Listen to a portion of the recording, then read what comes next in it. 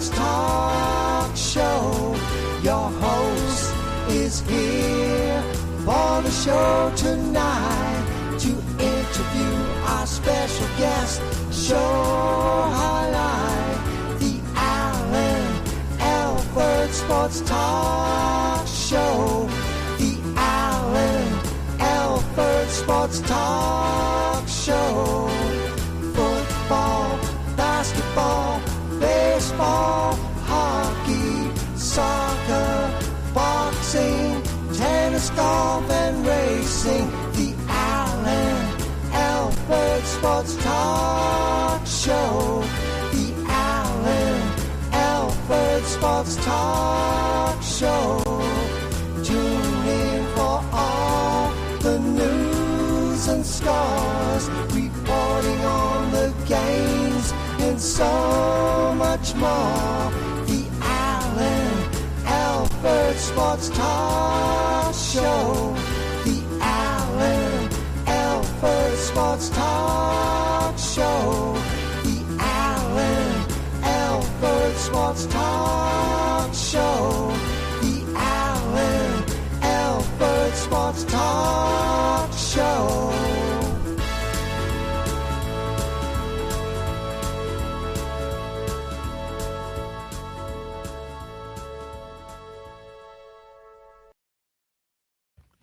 Welcome, everybody, to another fantastic Alford Sports Talk show.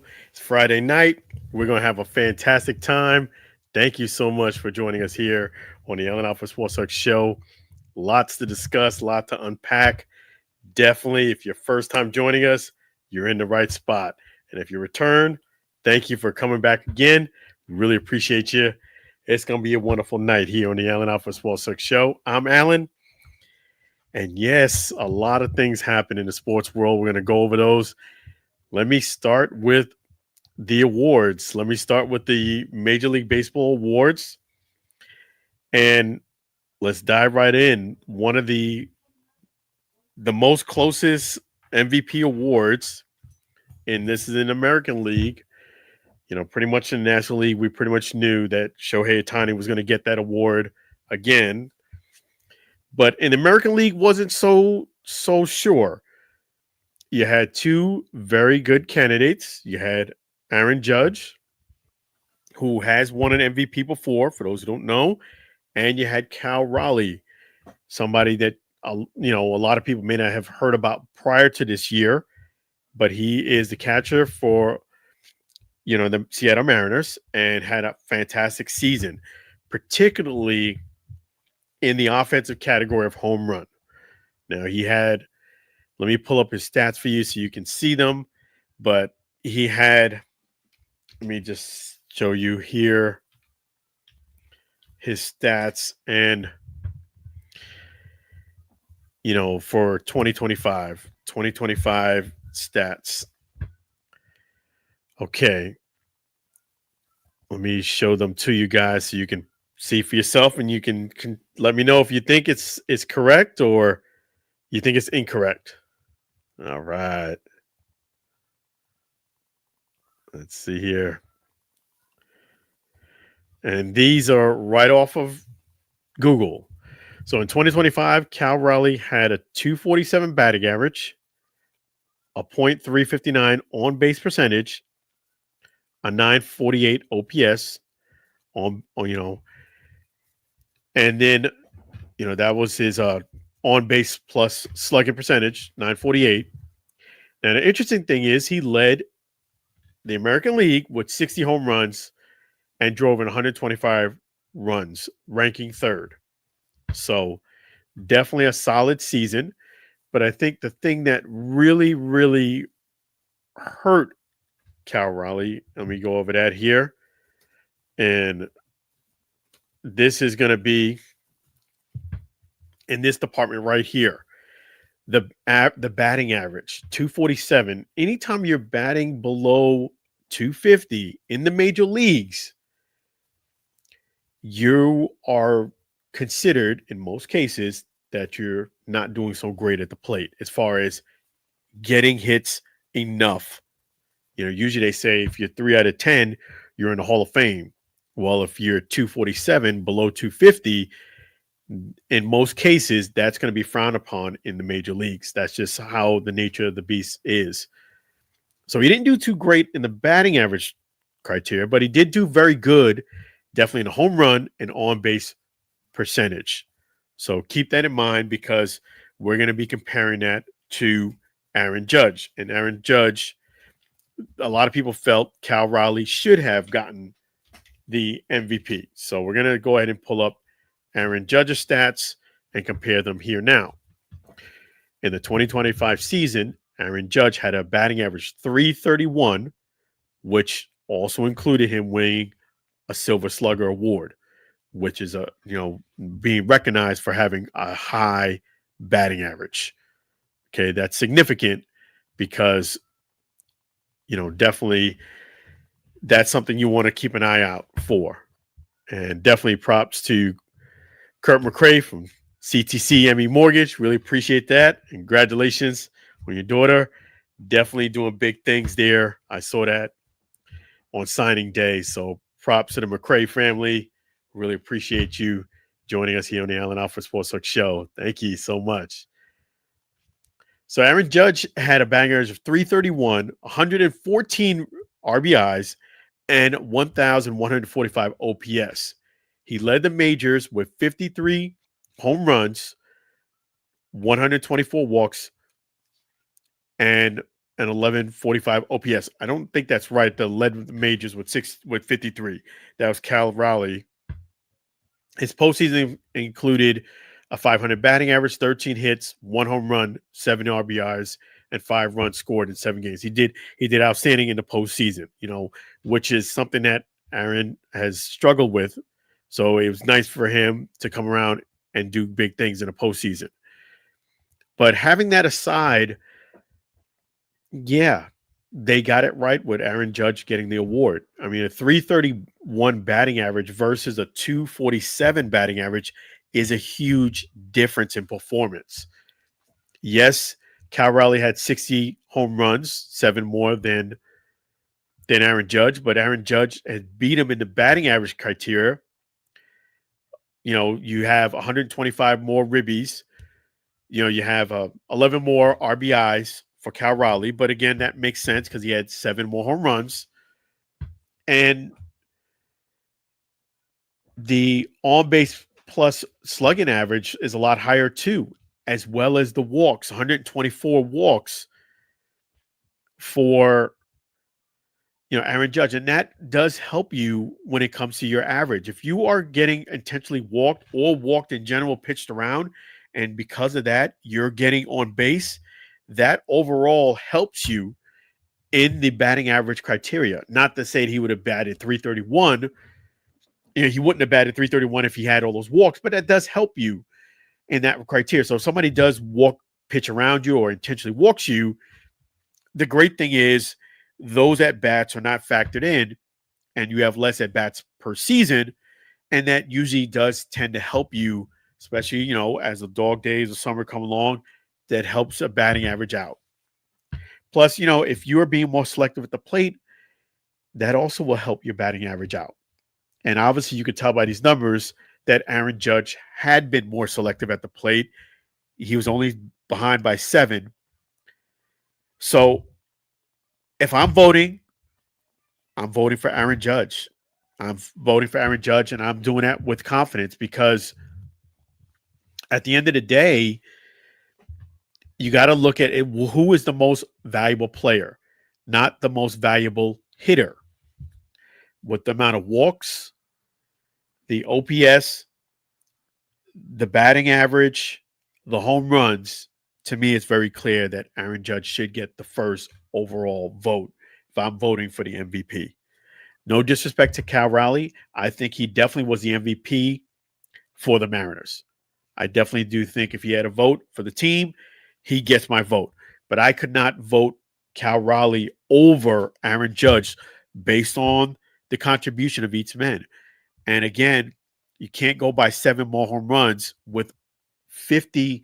That's 80 points lower in the batting average. And that may not sound like a lot, but over the course of a season, you batting 80 points lower than someone else, that makes a huge difference. So Aaron Judge deservingly got the award. It was close.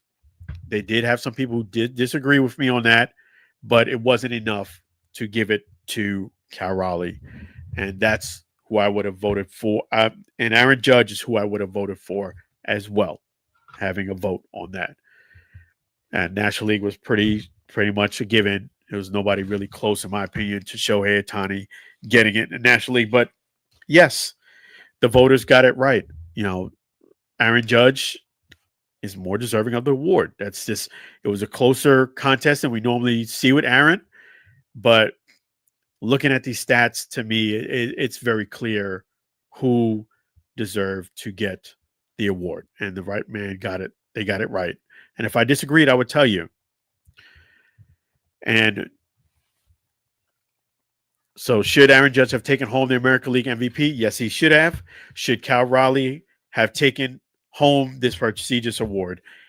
I think he was the most valuable for the Mariners, but I don't think he was the most valuable for the entire league. I think the right guy, I think they got it right. So props to MLB for getting the right person to represent and be the MVP. Definitely thank you to Quasar Raza from all the way from Pakistan. Really appreciate you. And thank you for everything. We got some big things coming up with me and Quasar Raza. I can't really go into all those details just yet. It's a bit more premature, but we are working towards something magnificent, something great. I will let you know those details when the time is appropriate. We're ironing out some details to get something that's magnificent brewing, and you guys will find out all those details a bit later. That will be coming in the near future. So yes, congratulations to Shohei Ohtani and Aaron Judge for getting the MVP, both well deserving of it. And I'm going to switch gears and talk a little bit about the breaking news that I had shared with today. Let me actually, for those who missed it, let me share that with you now. The breaking news that was sent out today. I am done with PQ. And it's been a heck of a journey for me and a lot of people who have been really good to me. And now I moved on. I've been out of work all week. And just trying to stay fit, trying to stay healthy. And now I just got a new job that I'm going to start on the 17th. I'm doing food prep. It's at the #1 restaurant in Tampa Bay, Glory Days. And I am really super happy, really super excited. Shout out to Bobby Sparks, who got me in a interview with him, and my guy Ray from the head corporate got me to be part of that company now, and it's really awesome.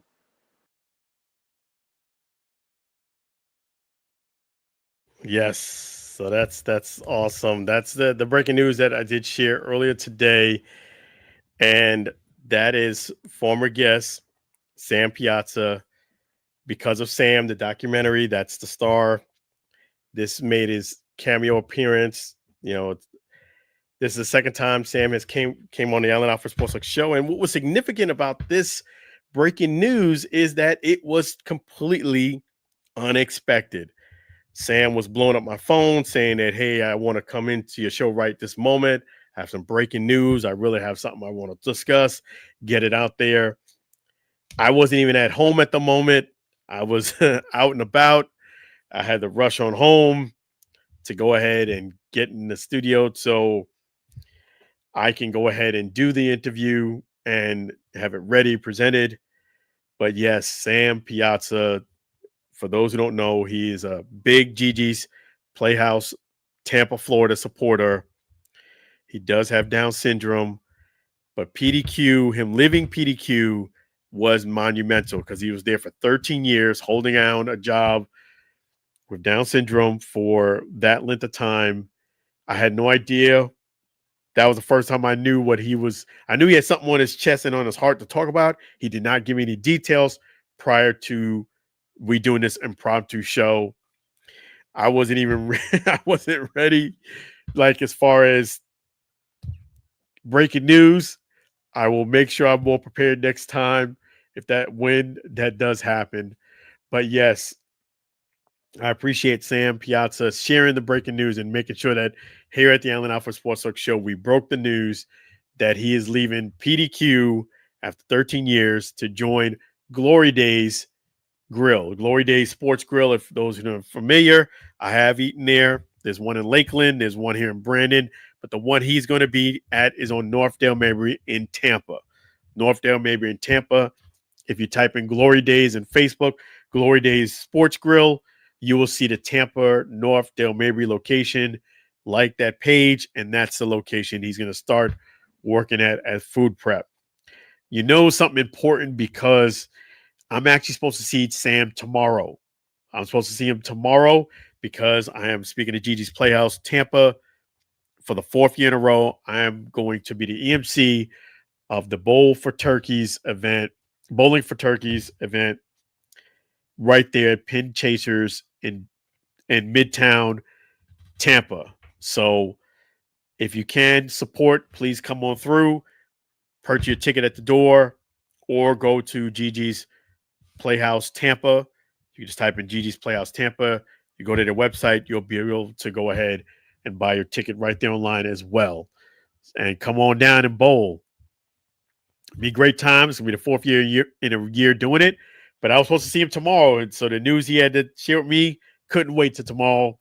That's why I did the impromptu show, breaking news. So that was awesome. Appreciate Sam Piazza for wanting to share that news with us, and appreciate you guys. A lot of people have responded already. So the news, if you know Sam Piazza and know his situation and watch the movie Because of Sam or the documentary, you will know why that's so significant. If definitely here at the Allen Alford Sports Talk Show, we do support Down syndrome awareness. Doing the Bowling for Turkeys, I mentioned it's my 4th year in a row doing it, but that's one of many events that I enjoy and really, really am honored to be a part of with Gigi's Playhouse in Tampa.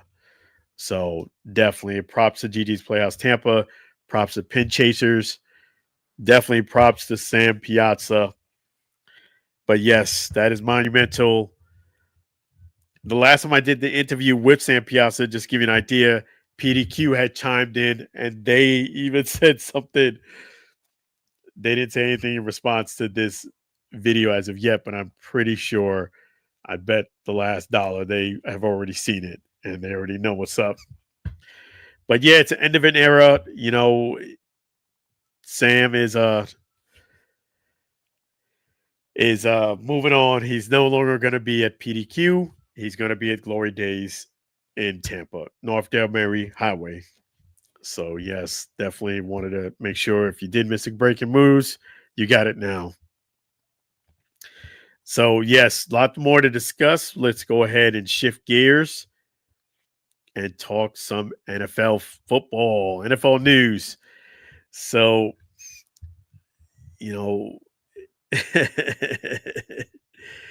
so AJ Brown voiced his frustration with not being a part of the offense. Now, that normally would not be a surprise to us coming from a wide receiver, not, that they're not getting enough touches. They're not involved in the offense as much. None of that is a surprise coming from a wide receiver. In fact, It's becoming a cliche now where wide receiver doesn't get the ball, wide receiver goes and voices displeasure to the team, and not much longer after that, it is in the media. They'll go to the media first. They'll give a stopping point, discuss with the team, or you'll see their action on the sidelines. They're frustrated, and then once that gets out there, the next step is the media.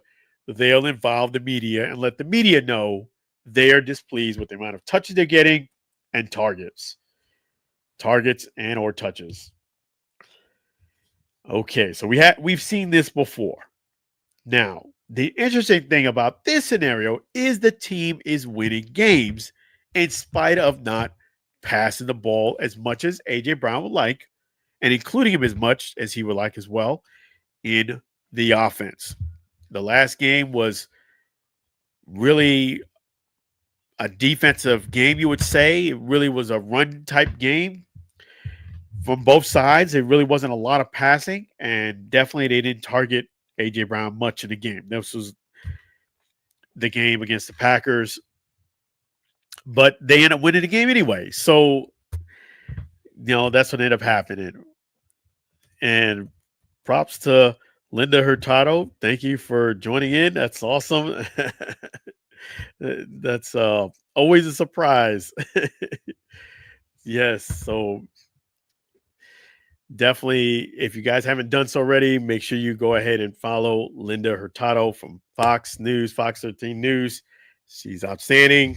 Really appreciate all that she does, and not just for the news station, but for the Tampa community. If you know anything about Linda, she does a whole lot and then some. So appreciate all that she does, and appreciate her being herself. So that's awesome. But yes, it's nothing surprising that a wide receiver is unhappy with the amount of touches they are getting. The only thing different is the Eagles are winning games. They're actually doing very well. And yes, they're not winning like they did last year where they're throwing as much. But, I think overall, A.J. Brown's got to be very happy with the way the team is going. I don't think you want to show a lot of your passing plays in this season. I think the Eagles have learned that teams have evolved to beat them this year, and they can't win games this year like they did last year. I do think they're going to get the passing game cooking and going. They're going to have to, because I just think that as these games get tougher, the run game, you can't just rely just on the run game, just like you can't rely just on the passing game. You have to be well balanced. And right now they're not. They're more run for sure than they are pass. But I do believe A.J. Brown just has to hang in there a bit, and that's going to change come later in the season. I do think this is all strategic, that A.J. will get a lot more touches as the season goes on. And the game before, he did really well. He got a lot of touches, scored a couple of touchdowns, and, the game before he was hurt. So he did a big game, got hurt. Now he comes back, and it was pretty dry this game back. But I just think he's going to get more touches. So A.J. Brown did say, hey, if you have me in fantasy, just get rid of me. No, absolutely, positively not. In fact, I went ahead and made sure I made that move to get A.J. Brown when somebody else in my fantasy football league let him go. This was a couple weeks ago, about 2 or 3 weeks ago, they let him go, and I picked him up like that. And not only did I pick him up in one league, I picked him up in both leagues. And yes, the last game was a little slow, but it's not going to stay that way. Even if he didn't go ahead and talk in the media about him not getting his touches, you knew this is going to change. You just know they're not going to go the whole season and not throw him the ball. It might be a game or two. So I just think he's got to hang tough. I think in this situation, if you complain about getting not touches and the team is winning, it's always going to look like you're being selfish. Even though I didn't look at him the way he explained it and listened to him, that it did not come across to me like he was being selfish, as it would in most cases with most wide receivers. I didn't get the impression that he was trying to show up the team. He was trying to be disgruntled. I looked at a guy who generally wants to get the ball more because he wants to contribute to the team because he feels if they can win more. The only flip side to that is if you force feed a wide receiver at any point, it's going to backfire and it's going to be detrimental to the team. You're going to start to maybe you get a couple of big throws down there. You're going to start feeling greedy. Let me force it some more. He's double teamed. And lo and behold, the pass is off a little bit. It's going to be a pick. It's just a matter of time.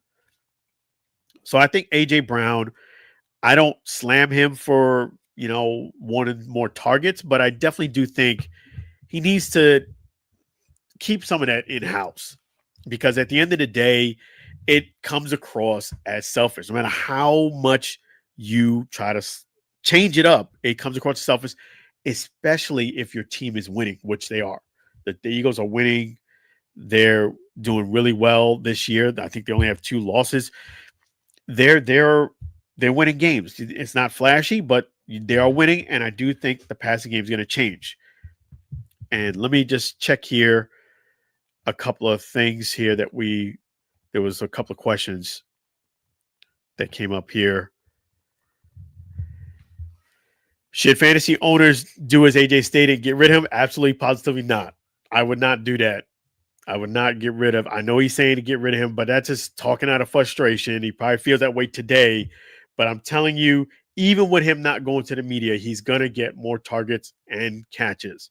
I just don't think the Eagles want to show all those plays right now because they're cruising along, winning. But I would not get rid of A.J. Brown. There's other players you can get rid of before A.J. Brown that you can confidently get rid of without much risk or some risk. I think if you get rid of A.J. Brown, it's going to be a major risk because it's a matter of time. As long as he's healthy and playing, I'm not going to sit him, at least not right now. No way. I went ahead and got him. So, no, don't listen to him. That's his frustration talking. And could this have been handled another way? Yes. I think this is a situation where you voice your frustration behind closed doors. I think it never looks good when you're a receiver and you're complaining about touches when your team is winning the game, even if you have a valid point, which he does. They're not targeting him as much. And not even just A.J. Brown. The Eagles are just not passing the ball as much as they did last year. Not even close. Yes, Devontae Smith will get a couple of opportunities down the field, but it's not like it was last year where Devontae would get quite a lot, and so would A.J. Brown. And they were just more of a passing team and more of a passing threat. Not as much this year, but things have to change. It's new year. They're trying to get back-to-back rings. So let's see what else came up here. Is AJ complaints valid? Yes, they're valid, but that doesn't mean that if you have a valid complaint that you need to voice it to everyone. Sometimes some complaints, you got to just grill it up and eat it. Just keep it to yourself or keep it out of the media. Maybe if your boy is doing a live stream, don't mention it then. Maybe talk to him when you're offline. Call him up. Text him. Certain things you just got to keep out of the media. Even though I work in the media, certain things you just got to keep out of the media because you're going to be answering those questions again and again and again. People love drama. If you're unhappy getting touches and the team is winning, that's drama. They're going to, that's just what it is. You're creating your own roadblocks. And yes, so definitely I respect A.J. Brown's game. He's a baller. And I don't even really think this came off bad. I listened to everything he had to say, but yeah, it's just not going to be a good look when your team is winning. If the team was losing, it still wouldn't be a great look, but it would be a better look than it is now. Because it comes across more selfish when you're winning and you're still complaining. And that's basically what you're doing. You could, even if your complaints are valid, sometimes you just need to keep it to yourself. And no, I am not getting rid of AJ Brown. I'm gonna see how this works itself out. But props to Travion Henderson, man. I picked him up right right after he burnt the Bucs. And we're gonna talk about the Bucs in a moment here. But right after he burnt the Bucs, I said, "Yo, I gotta get that guy Henderson. He's got to at least come up with another game or two, like he did against the Bucs." And lo and behold, he didn't have as many big runs like he did against the Bucs, but he scored 3 touchdowns just a few days later. Sunday was the game against the Bucs. Thursday night plays against the Jets and scores 3 touchdowns. I just knew he was going to have a very good game.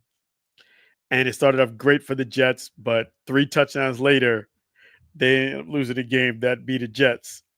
So props to Travion Henderson with the big game. Thanks for helping me out with the 3 touchdowns. I just knew he was going to do great. I was just hoping that nobody has picked him up, and they didn't, or at least they may try to pick him up after me. I got him, and I said, you know what?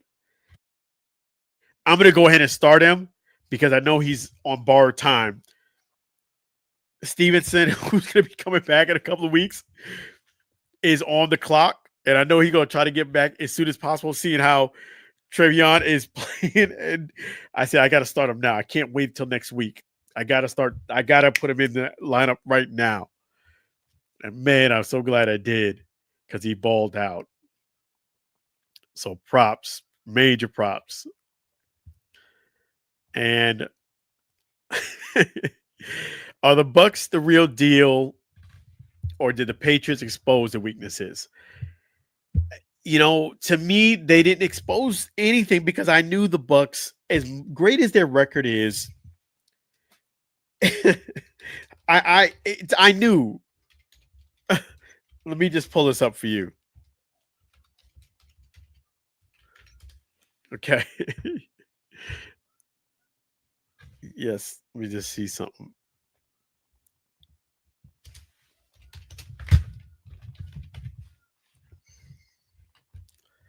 Okay.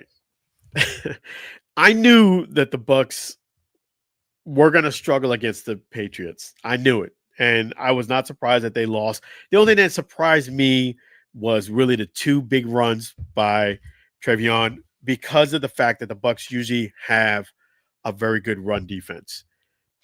I had a feeling that the Patriots were probably going to win the game. They're a well-coached team. They were doing great. And the biggest fact that I knew that the Bucs were going to struggle was because leading up until playing the Patriots, check this out. You got to look beyond the surface. The Bucs the Bucs had a winning record. They were 6-2 at that point. Okay? No, 6-3. I beg your pardon. 6-3.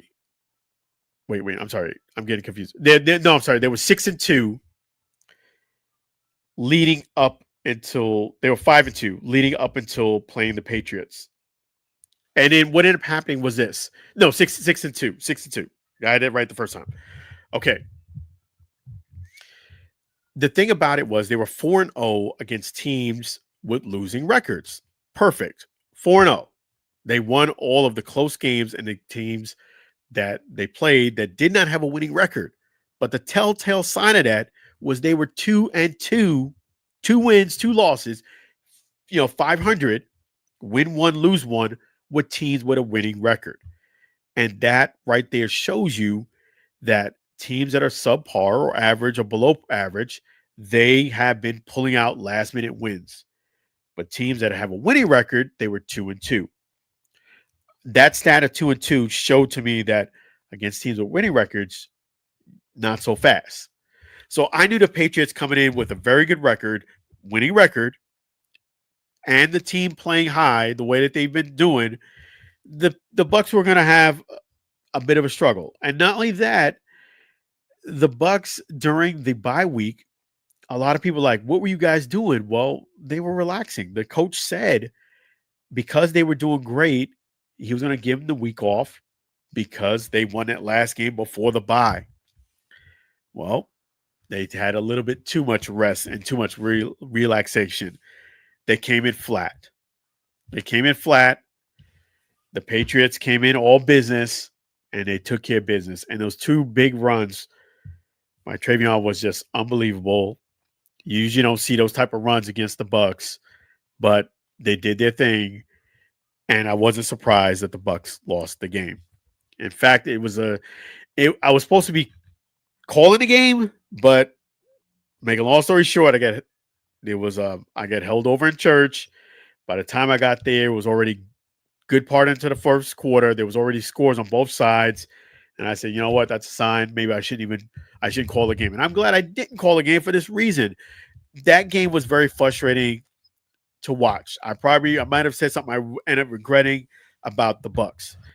The Bucs have a very good team. I don't know if they can compete against some of the better teams in the league, a la teams that have a winning record. I'm not convinced that the Bucs will thrive in that situation where they're playing teams that have above a 500 record. And the reason why I say that is because they don't have Mike Evans.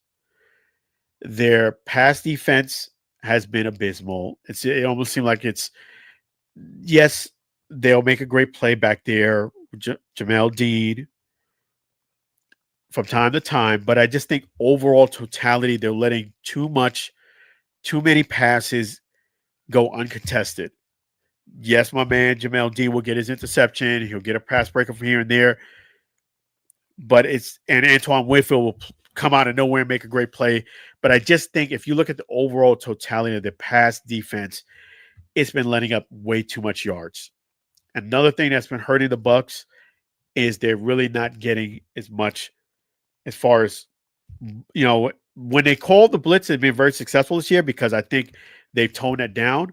But besides those few times they blitz, which I think is the right thing to do, they're just not getting overall, like we're used to seeing, pressure on the quarterback.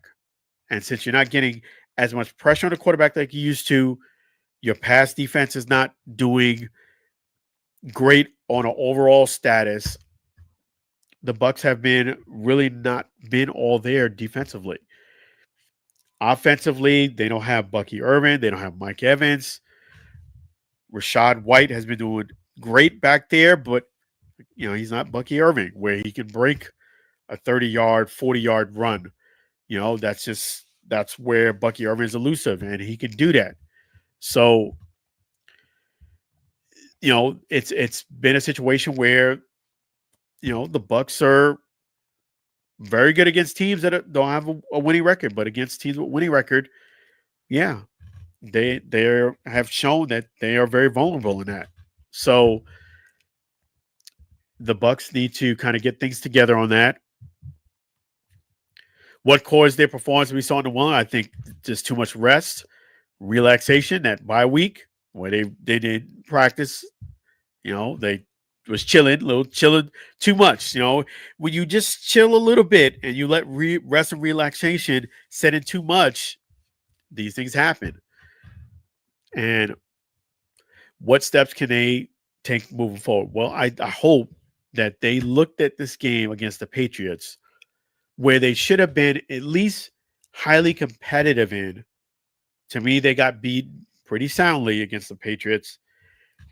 They should look at this game and say, hey, we cannot let this happen again for this entire season where we come in underprepared, we're coming lax, and we let a team beat us. And at least if they were gonna beat us, they should have beat us at our best. And they didn't. The Bucs weren't at their best. So this should be a wake-up call. I think it's always better when you have bye weeks later in the season, which is where the Bucs are at. But I just think this should be a wake-up call, and they should look at this as we need to sharpen our pencil and get things together because this is going to repeat itself. They have a tougher schedule coming up now where they got to win at least one or two of these games, just because they're only a game ahead of Carolina. So it happens quick where you're doing great. You lose a game you really should be competitive in, and then lo and behold, your competitor in your division is right behind you. So they need to sharpen the pencil, buckle down, and get a win, at least with one of these tough games. So that's what they need to do. Wake up, stop believing your own hype. I think, Mecca Ibuka they're gonna look to double him a little bit more now because Mike is not there. Things are gonna get a little tougher. And Bucky Irvin is not due to come back this weekend. So, in fact, let me pull up the injury report for you guys. Let me do that for you now. I had that here. I did tweet that out. Let me just pull it up here.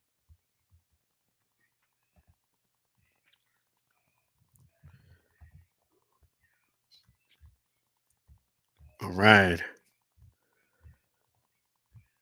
So, yes, Bucky Irvin, he was limited in practice this whole week. He did play Wednesday, Thursday, and Friday, all limited, but he is out for this weekend. Chris Godwin, also limited, Wednesday, Thursday, Friday, but he's also out. And Vita Veda will be back. So will Antoine Winfield Jr. They have a good shot of beating the Buffalo Bills. I think the Buffalo Bills are reeling a little bit. I think if this is a game for you to go ahead and get a bounce back, the Bills are a formidable opponent right now. I think the Bucs can go ahead and pull us out. They need to kind of stay pace. But I think they could do it. It's not over yet, but this is definitely a wake-up call for the Bucs that you're not as good as you think you are, but you're not as bad as it looked. Look at it like that. Let me give you guys the predictions for this week also. Let me pull it up here and give you the NFL predictions, and then we're going to go ahead and discuss some UFL news. All right. Let's see here. Okay, so Patriots and Jets. I did pick the Patriots to win that game. No surprise there. So we have the Commanders and the Dolphins. Should be a very interesting game. But I'm gonna go with the Commanders to beat the Dolphins. Packers and the Giants. I'm gonna go with the Packers. I just think there's little moving paces there with the Giants. Texans and Titans should be very, very good game. It's always a good matchup with those two. I'm gonna go with the Texans. Panthers and the Falcons. I'm gonna go, with the Panthers. Bears and the Vikings. I feel as if the Vikings can go ahead and edge them. So we have the Vikings. Chargers and the Jaguars. I'm gonna go with the Chargers. Bucs and Bills. I'm gonna go with the Bucs. Bengals versus Steelers. I'm going to go with the Steelers.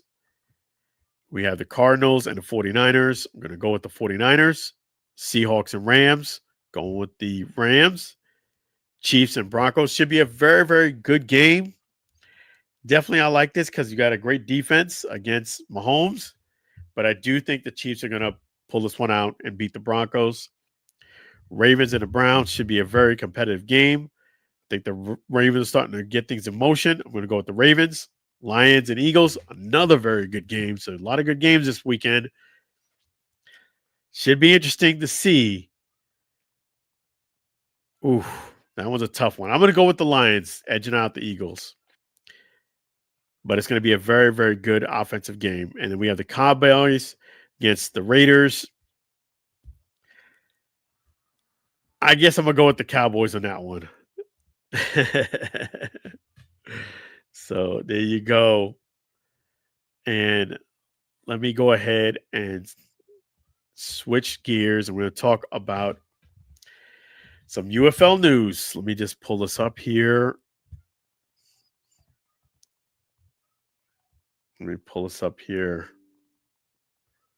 Appreciate you guys. You guys are awesome. All right. Let's see here. Okay, switching gears to UFL news. So, yeah, if you haven't seen it already, let me kind of pull it up and then I'll show it to you, then I'll discuss it. But man, this one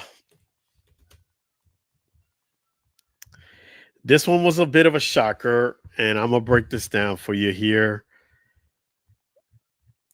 Let me see if I can. Okay. All right. So let me pull this right up for you guys. Okay. Here we go. And this pretty much says it all. The UFL, the United Football League, the UFL, has decided not to renew Daryl Johnston's contract. We are grateful to Daryl for his passion, leadership, and unwavering dedication over the past 4 years. UFL, and that's pretty much it. So yes, Daryl Johnston, unfortunately, is no longer a part of the UFL. And I'm going to show you a quick interview that I did with Daryl Johnston, and then I'm going to go ahead, and then once I show you this interview, I'm going to give you my thoughts and why they went ahead and made this move, why it's so important, and I'll give you that feedback on that situation. Okay, and let me pull this up here. Okay.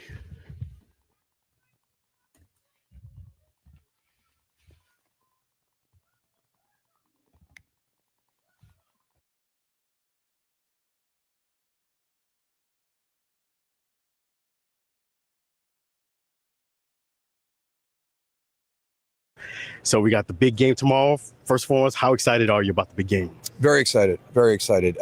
Kind of strange not having Birmingham here. You know, they've become a presence in our championship games in spring football.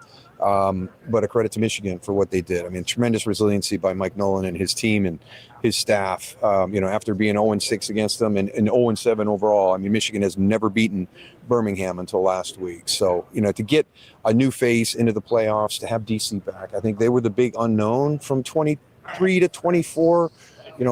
What DC team is going to show up in 25, and then to have Reggie Barlow have that opportunity to start the season, and you're going to make a change to Shannon Harris and just watch Shannon step in and really kind of elevate that team. It's been great. So to have those two teams here in the championship game, there's a lot of 1-2 rankings when you look at Michigan and DC together, when you look at our league stats. So probably the two best teams in our league this year get to play in the championship game. That's awesome. And this question is from the Battlehawks fans. They've asked me a lot, and I promised him I would ask. They want to know Dwayne Johnson, the Rocks, how much is he still invested in this league? Not money-wise, but invested as far as caring and showing up and things of that nature. He is invested in this league. I think that the thing that may frustrate people from time to time is, how invested he was in 23. And when you're somebody that's at the level that Dwayne Johnson is at, and you're being pulled in a million different directions, and we're one of those things that we're pulling him, he's got to set a balance in his life. And there's been a number of times when Dwayne Johnson was scheduled to be a part of a weekend, and from things that are outside of his control to a schedule that just couldn't be adjusted, there's legitimate reasons why he hasn't been able to be a part of something that was planned. So I would tell all the Battlehawk fans not to lose faith. He's still a part of this. Player 54 is always going to be something that resonates with him, and he knows that that's what this league is trying to accomplish. And we continue to give guys that opportunity to get back to the NFL, to follow through on that player 54. So he's still a part of it, even though he's not visible as he was in 2023. His presence is felt in the UFL. So Battlehawks fans, hang in there. Hang in there. As well for your team too. Gosh, every year we're getting right. We're knocking on the door and we can't get through. So, Anthony Becht and Dave Bowler did a great job. I think for the first time, possibly a spring football team that had depth that could weather injury situations. So Anthony and Dave did a great job of building that roster this year. Some of the names that were on that team. I mean, to have a guy like Andy Isabel not make the team. Andy Isabella doesn't make the team. I mean, really, is that how good your wide receiver core is? So I was very, very impressed by the roster that they put together. And like we said, it was interesting to hear Anthony talk about this at the end of the year. He had been 7-3, but he had never been 8-2. And going into that last game, how important that last game was for him and his team, just from that perspective, to get to 8 wins. So it's we talk about it all the time. Russ mentions it to us. It's incremental growth, and you've seen St. Louis incrementally grow every year. And getting from 7-3 to 8-2 is a big deal. Now you just got to get into the playoffs, but make it to the championship game. That team's got to shift their mind. We're not about getting to the playoffs anymore. We're about getting to the championship game and winning it. Yeah, and finally, we got to give the Battlehawks fans some love. They show out strong. What can you say to the Battlehawks fans who come out every single game support? Yeah, it's amazing to see. You know, we heard about it when we were in Legacy USFL, and my first opportunity to experience here is awesome. I'm happy for our players, but they get to walk into this environment, and there's nothing better than going into a visiting team's environment, especially when it's challenging, and winning that football game. So the Battlehawk fans motivate everybody else in our league to be able to come into this facility and win a game, because you're going to be stressed with the noise. You're going to have to be good at your silent count. You can't have the offsides and the false starts and all the penalties that this crowd can create during the course of the game. So I love the fact that our teams get to come and play in this environment, because if they are going to get to the next level, those are the types of environments they're going to play in. And they've got to be professional. They've got to be dialed into their details every snap. Appreciate you, Daryl. Definitely. Best wishes tomorrow. Big game. Yeah, looking forward to it. It's going to be awesome. Thank you. Thank you. Thank you for your time. Thank you. Appreciate you. Yeah, you got it. Yep. Thank you. Lately, I've been diving into some seriously next level hardware. Yeah, so that was an awesome interview with Daryl the Moose Johnston, and I'm tempted to repost this interview and just give Daryl Johnston his props. I know it's always tough when you don't get a contract not renewed. I've been on that side of the fence, probably, not at his level, of course, with him being way up there in the UFL, but I have been on the other side of the fence where, companies decide to go another direction. It's corporate America. They have their own way of doing things. So let me dive into this and not pull any punches. This was a twofold thing. I think first and foremost, why I think they decided to move on from Daryl Johnston is, number one, unfortunately, costs. Daryl Johnston is up there, and it's another salary, and they're definitely, the league is right now, you can definitely see a shift where they're going to cut costs.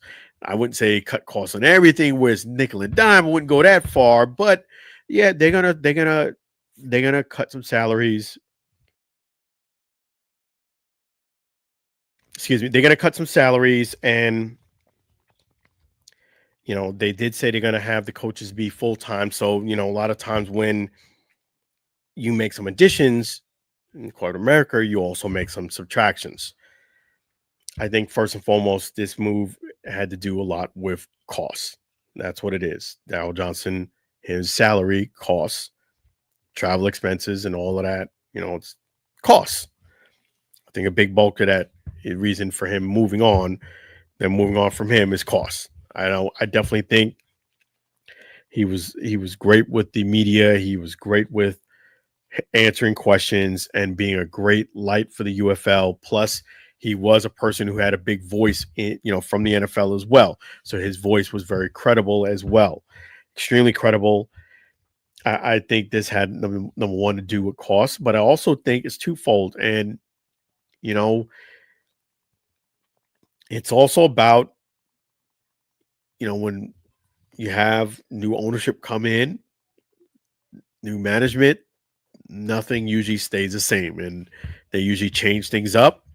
And unfortunately, I think this move also was a way for, the new regime, so to speak, to kind of take some of the credit if things do turn around and go well. And there was some good questions that came in here as well. And many fans are now wondering about the league's future and if concerns are justified. I would say concerns are unfortunately at this point justified. I can't really disagree with someone's feeling that way because of the fact that there has been a lot of changes since the acquisition of Mike Rapoli. Not saying that they're bad moves, but these are such radical moves that I feel like they're teetering, tottering on that line where you may be at the point of, as you go up, you upset sometimes some people. They're teetering on that line where you may have upset so many people to get there that it may be very hard to rebound. So I definitely do think that people's concern about the changes in the league, which is not slight, there's some radical changes. In fact, I would even, argue that there's been more changes this season than it was when they first started. I mean, it's been a lot of changes. So yes, I definitely do think people's concern about the league are valid. I would be lying to you, and that's not what I'm going to do if I felt if I told you something different. And you're going to know. Unfortunately, the way things are going, you're going to know pretty early. I would say in the season, I would give it maybe. Let me just give you 1 second here.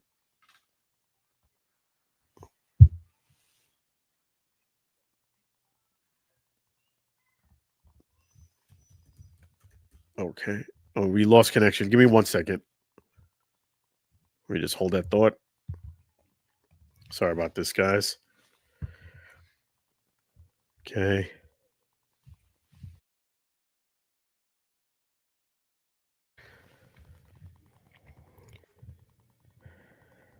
All right. We're back online here. Yep. Let me just make sure. Okay. Okay. So what I was saying is you're gonna know pretty early in this situation if this league is gonna if this if the league is gonna do well. I think the way things are going this season, I think around game 3 or 4, you can have a good feel if it's gonna be, you know, I would say game 4, 5 the latest, midway through the season, whether it's gonna end up being very different than what we've seen from the XFL, the UFL season, and now the new iteration of UFL. You're gonna know because what's gonna be the telltale sign is the new markets: Orlando, Louisville, and Ohio. Those 3 markets to me are, and also I think the ones you wanna watch out for is Orlando, Louisville, Louisville, and also Ohio. But I also think another one you wanna 2 others you wanna keep an eye out for is the Battlehawks and also Stallions. Those 5, I think, are really gonna determine what's up in a way, because I think if you you have a very solid turnout to support the league and it lasts to game 4 or 5 midway through the season, that's a very positive thing. Same Louisville and Ohio. I wouldn't put too much stock in the first game review because people are always curious to check out the first game review, but I think midway through the season.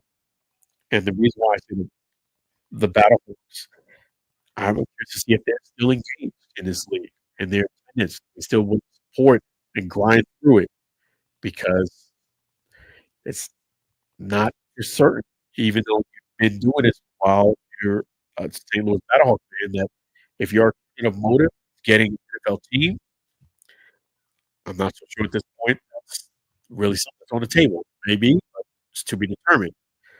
Are you still going to grind it out and support? And the other person that's very important, I think, is the Stallions. They on the verge of getting, basically eliminated from the league, so to speak. They didn't win the championship last year, Are you still going to come out? I know they didn't. Well, they weren't a battle attendance, but they still had a pretty decent attendance. I think those areas you have to work on. I think DC is going to still come out and do their thing. I think that's going to be relatively about the same. I don't think there'll be much changes there, but I definitely think those 5 markets, that's gonna be the telltale sign, and that's to be determined. I'll tell you one thing for sure, it's definitely got my curiosity as to how things play itself out. I'm still a league supporter. I'm pushing to help this league out. Still going to be covering it. In fact, going to do double duty, covering the Renegade, and well, now it's a different team name, but yes, and so covering Storm. So I'm still hanging in there, but yeah, there are some of these changes that are even making me scratch. Like, man, changing everything. Got rid of Daryl Johnston. Yeah, I didn't see that one coming, but definitely prayers to Daryl Johnston. I know he's going to land on his feet somewhere, and he's definitely going to miss the league. So I will definitely say that much. But we'll see. And let me go ahead and give you guys some of the details on the Dallas Renegades. I gotta say that. Dallas Renegades. Okay. Let me give you those. Okay, season ticket membership benefits, season ticket member gift, ticket exchange program. You have price savings versus single game tickets, flexible renewal payment options. Definitely you could work in your budget there. Invite to exclusive season ticket member events. The events that only season ticket holders get to go to. Same seats for every game. Priority VIP game day experiences subject to availability. Exclusive season ticket member newsletter. Priority access to UFL postseason tickets. The UFL season will kick off Friday, March 27th. 10-week schedule, same as last year as far as the schedule, 10 games, 10-week schedule, and 8 teams. Let me just take a look here. Okay, so this is a little different about the UFL. The UFL is the Professional Spring Football League, the visionary back Michael Poley and Impact Capital. That's a new name there, Impact Capital. Redbird Capital Partners, Fox, Danny Garcia, Dwayne Johnson, and ESPN. The United Football League delivers the most accessible and innovative professional football experience in the world for players and fans. So that is the press conference. And we'll just say if the UFL, whatever, I would have to say, I would say that they may have made some mistakes that are debatable along the way, but I don't know if I would just say if it don't go, it takes a hit this way. I don't know if it will take a hit. I'll put it like that. I mean, you have Michael Poley, Impact Capital, Redbird Capital Partners, Fox, Danny Garcia, Dwayne Johnson, and ESPN. That is a lot of visionaries in the pot. And if it don't fly, I don't know if it was meant to fly. I'll say it like that. We shall see. We shall see. But I'm gonna be there. You guys want to see his content. I'm gonna be fair in my analysis. Props to Daryl Johnson for that interview again. And let me just go ahead and let you guys know a couple of things we'll be doing tomorrow. Gigi's Playhouse Tampa. I'm going to be the MC. Props to Gigi's Playhouse Tampa.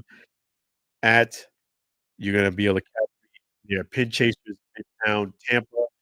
They're the Midtown location. I will be with the Bowling for Turkey's event 2025 EMC. Honored to do so. I'll see Sam again. He will be there.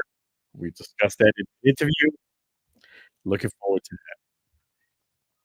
that. And also definitely looking forward to covering again the Florida Sports Hall of Fame. My God, there, right there. See that? And that's going to be the 2025 induction ceremony. It's a 2-day event. Be there Tuesday and Wednesday. Gonna make sure I get you a lot of season content, a lot of fantastic interviews. It's gonna be big time, a lot of big time cast. Michael, I have to say that.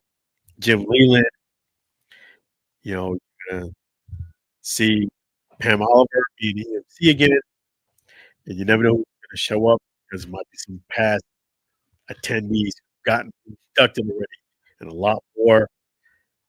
So first things first, tomorrow it is the Bowling for Turkeys GG's Playhouse team. I'm honored to be the EMC 4 years in a row. You guys are awesome. Really appreciate you. We're gonna do it big time there. So looking forward to it. And you guys are fantastic. And let me give you a special announcement too. Definitely. Let me pull this up here. Sam School Songs. There he is. Sam School Songs. Thank you so much to Sam Spola and his beautiful wife, Mary. Thank you for your contribution to the Allen Alford Show. Great thing about Sam Spola Songs, he got something cooking in the oven. You guys go to YouTube and Spotify and make sure you hook him up. Let me share the information that he wants me to discuss with you, and I'm glad to do so. So, Sam Schola Song Collection 42 will be released on YouTube and Spotify. Make sure you check that out. Spotify web player, big part in there. Music for everyone. So check it out. If you haven't done so already, Sam Schola Songs. Make sure you follow him on YouTube. All the songs you heard in the broadcast are also available on YouTube, Spotify. Thank you, Sam Schola Songs. And that is also his post there, Sam Schola Songs. But you know what? We got something else. Sing along with Sam at gmail.com. Sing along with Sam at gmail.com. That how you can connect with Sam Schola Songs. This email is for deals only. Deals only, no spam. Sing along with Sam at gmail.com. Sing along with Sam at gmail.com. Tremendous appreciate Sam Schola. He is the man, the legend. In fact, we're in the show with the Sam Schola song. Really appreciate him and his contribution here on the Allen Alford Sports Show. Thank you guys for watching another great episode of the Allen Alford Sports Show. If you haven't done so already, please like and subscribe to Allen Alford, AllenAlfordSportsTalkShow.com. And appreciate you guys. You guys are awesome. Thank you so much for chiming in. Thank you so much for everything.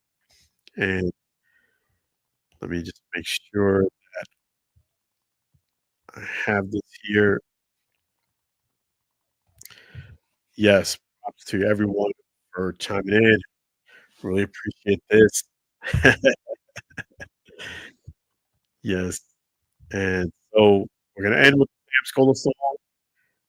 Thank you. Have a blessed weekend. Be blessed, be well. I will be covering the Bucs game. That's when you'll see me next. Chime in. Talk to you later. Have a blessed night, blessed weekend. Till we meet again. Take care for now.